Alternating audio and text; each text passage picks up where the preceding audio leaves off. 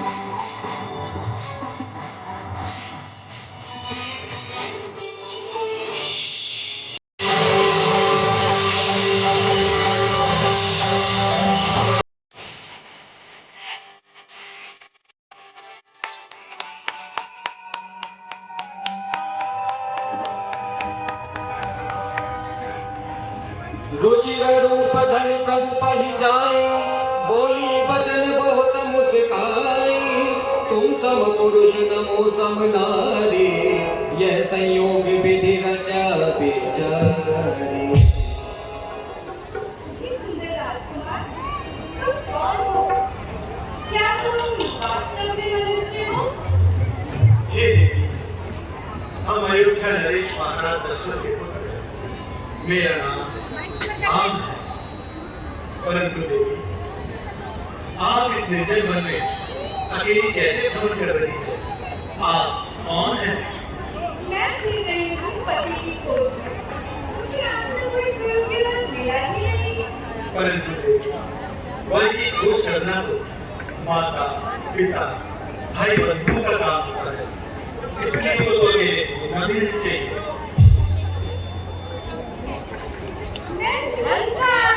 महाराज रावण की बहन सुप्रखा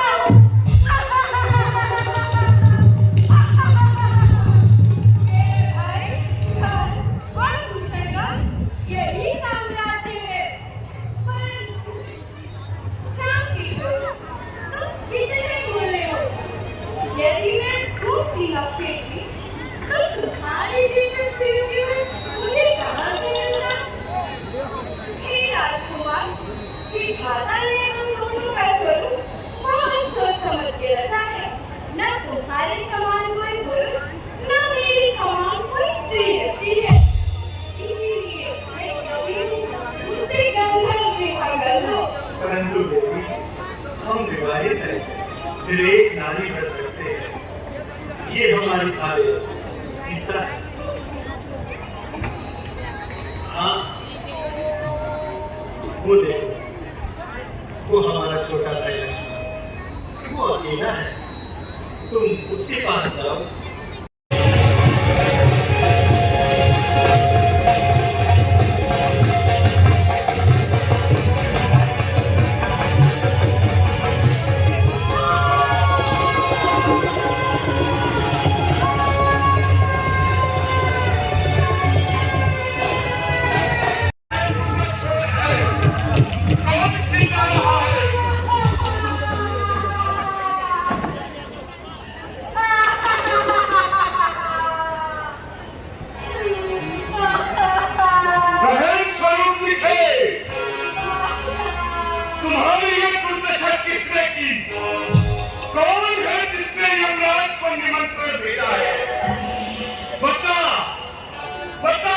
शीघ्र उसका नाम बता, मैं उसे अभी हम लोग पहुंचाए देता हूँ। भैया, तुम्हें क्या? तुम तो रात दिन नाच गाने में लगे रहते हो, सुना पाने मन में मतवाले रहते हो। तुम्हें क्या पता शत्रु तुम्हारे सर पे आकर हो। तुम्हें अभिमान है कि तुम वेदों के पंडित हो, परंतु याद रहे ऋषियों के संग सन्यासी, मुनिजरा से राजा, मान से ज्ञान और सुरापान से लज्जा, अहंकार से परे परे विद्वान भी नष्ट हो गए। तू ही बताते हैं जैसे बच्चाई भाई के होते हुए मेरी ये तो दशा होनी चाहिए थी। तू पहले मुझे ये बता कि तेरे नाक और कान किसने काट डाले? हम इस संसार में जीवित नहीं रह सकता। भैया, तो लड़के राम लखन इस गंडक वन में आए हैं। हम रहा एक सुंदर नारी जो तुम्हारी नारी लाए हैं। बाके हैं और डराते हैं, गोया शमशीर उन्हीं की हो। यो बंसुरी में रहते हैं जैसे जाती हुई हो। जब मैंने तेरा नाम लिया भैया, उसने मुझको दीवानी फिर मेरे कान को दर्राया तेरी बहन, तुम चिंता न करो, काटे नाक कान तेरे, फिर जिंदा रहे जमाने में। अरे टूटे पीठ भुजा मेरी, लागत है शत्रु उठाने में। मेरी नाक गई तो गई, अपनी नाक बचा लो तुम। जग में ऊंचा नाम नहीं तो नक्का नाम धरो। बरोबरी है, जिस प्रकार उन्होंने तेरे नाक और कान काट कर मेरे मान और प्रतिष्ठा पर घंटा लगाया है, मैं भी उसी प्रकार उनकी सुंदर स्त्री का हनन करके उनके मान और प्रतिष्ठा को सदैव सदैव के लिए पृथ्वी पर उतारूंगा। परंतु ये तो बता, ये समाचार, ये दुराचार कब खरदूषण से नहीं कहा? उनका जो वही अखाड़ा था, उन कुलभूषण से नहीं कहा? कहा था भैया, कहा था। वो सीना लेकर गए वहाँ, अत्यंत घोर संग्राम हुआ। फिर उस छोटे तपसी ने सबका काम तुम चिंता ना करो, तुम जाओ और जाकर महलों में आराम करो। हम अभी जाते हैं और उन दोनों तपस्वियों के साथ साथ उनकी सुंदर स्त्री का हनन कर आते हैं। राम लखन को पहचाना, मैं सीता को हटाऊंगा।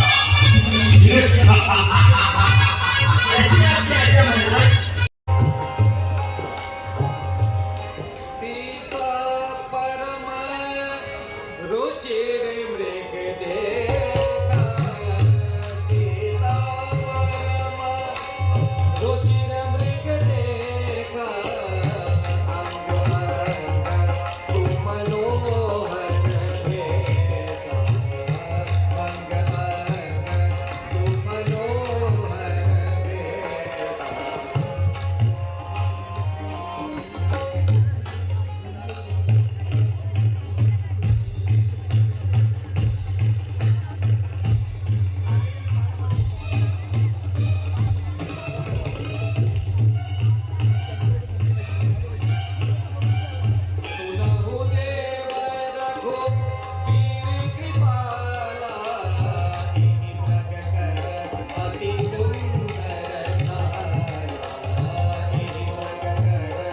अति सुंदर छाया।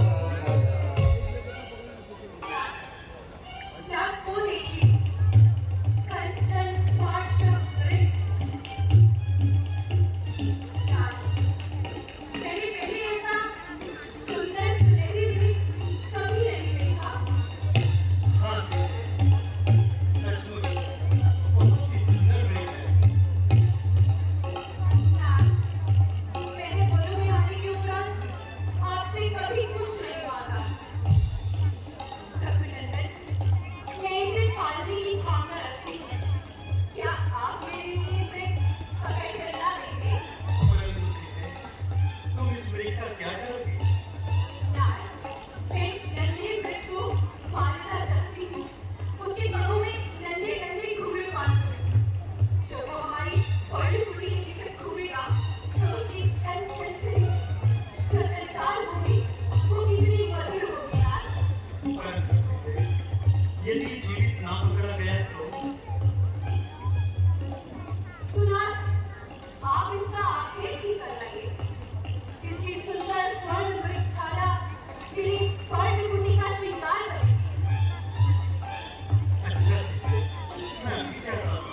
लक्ष्मण, लक्ष्मण, जी भैया। लक्ष्मण, मैं इस नन्हे वृक्ष को पकड़ने जा रहा हूँ। स्वर्ण, पर भैया, तो प्रकृति के प्रतिकूल है। नहीं लक्ष्मण, कुछ भी प्रकृति के प्रतिकूल नहीं होता। जिसकी भी तुम कल्पना कर सकते हो, वो इस संसार में कहीं ना कहीं अवश्य विद्यमान है। देखिए ना, वो मैं बड़ों में ओझल हो रहा है। शीघ्र ला कीजिए। हाँ सीते, तुम्हारी ये इच्छा तो पूरी करनी है। लक्ष्मण, जी भैया, तुम यहाँ सावधान होकर रहना, क्योंकि इस बीहड़ वन में बड़े-बड़े मायावी राक्षस और बच्चों का भय रहता है। आपके आने का हालत होगा नहीं।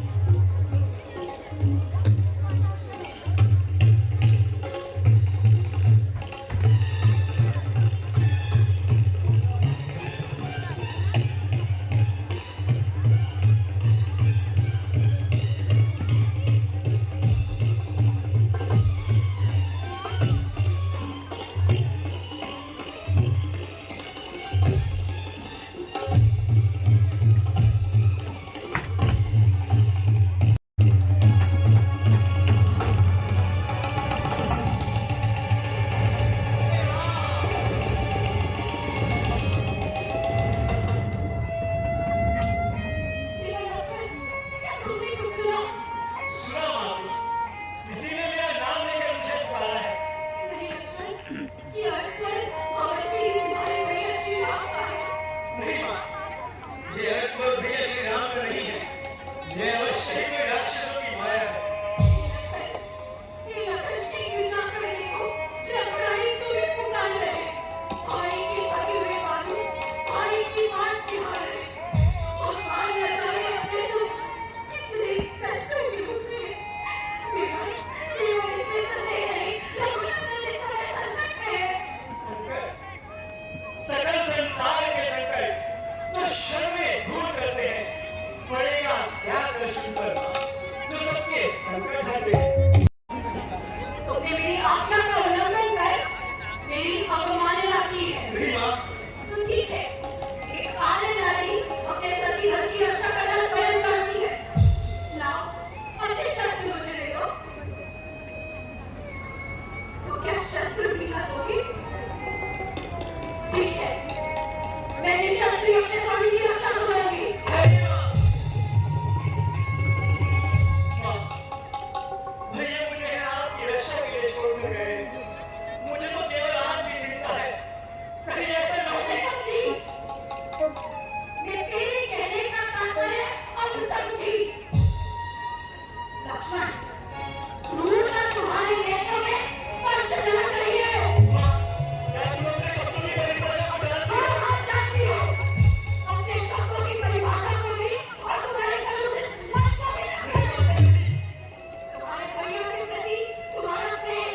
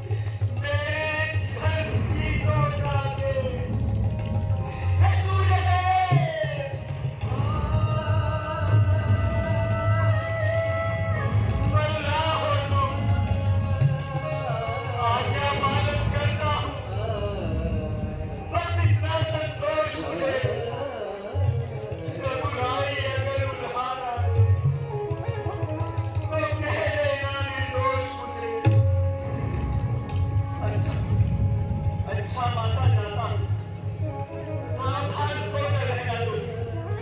आज्ञा के भीतर दास रहा, रेखा के भीतर रहना तुम।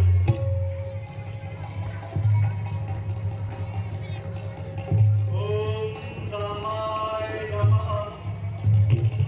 ओम रामाय नमः। ओम रामाय नमः।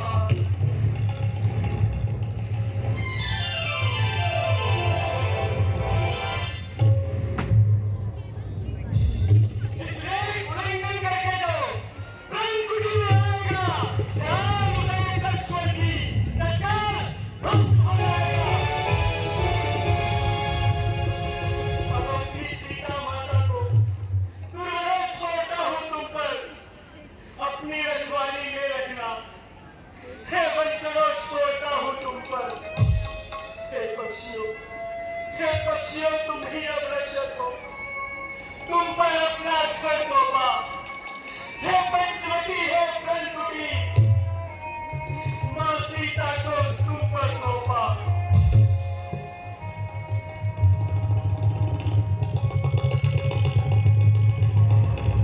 भैया राम!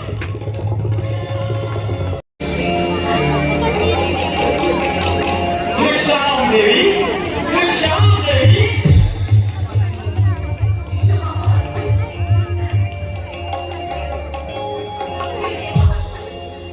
मैं आपकी यथासंभव दीक्षा चाहती हूँ।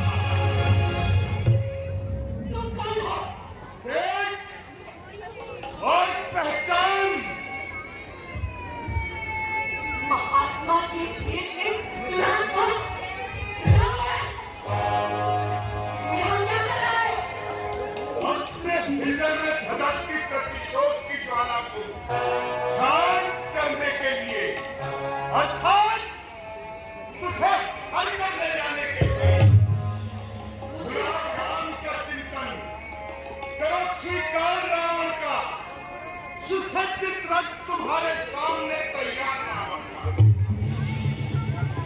एक भीतर होकर सीखने की कामना करता है। तुझे लज्जा नहीं आती? यदि अपने प्राण प्यारे हैं तो किसी समय लड़ जा, नहीं तो तेरा ही नहीं तेरे सारे कुल का सर्वनाश हो जाएगा। सीते, अब इस संसार में ऐसी कोई शक्ति नहीं जो तुझे मुझसे छुड़ा सके। मेरा सर, मेरा धन, मेरी आहें, मैं अब तक इस रेखा में थी, किंतु अब मैं सबकी रेखा में हूँ। तू नहीं जानता, एक पति तथा स्त्री की ओर वो दृष्टि डालने की मूर्खता कभी किसी ने ना की होगी। सूरज भी उसके आगे शीश नवाता है। पानी के बटुए की सत्ता धरती झोली में मांगेगी। सूरज के पास पहुंच जाओ, इच्छा एक स्त्री को लगेगी। सीते, तुम मेरी रात्रि, मैं लंकेश हूँ लंकेश। वरुण मेरा पानी भरता है, कुबेर मेरा कोठार संभालता है, यम और इंद्र मेरे द्वार पर पहरा देते हैं। वो तपस्वी राम मेरा कुछ नहीं बिगाड़ सकता। सुसज्जित स्वर्ग से बढ़कर मेरा दरबार रहता है। जगत की वस्तुओं से पूर्ण भंडार रहता है। जिसे चाहूं वही करने से पहले सामने आए। यदि उंगली उठा दूं तो सब जमाने भर कर चुप जाए। पुकार, पुकार अपने राम को पुकार।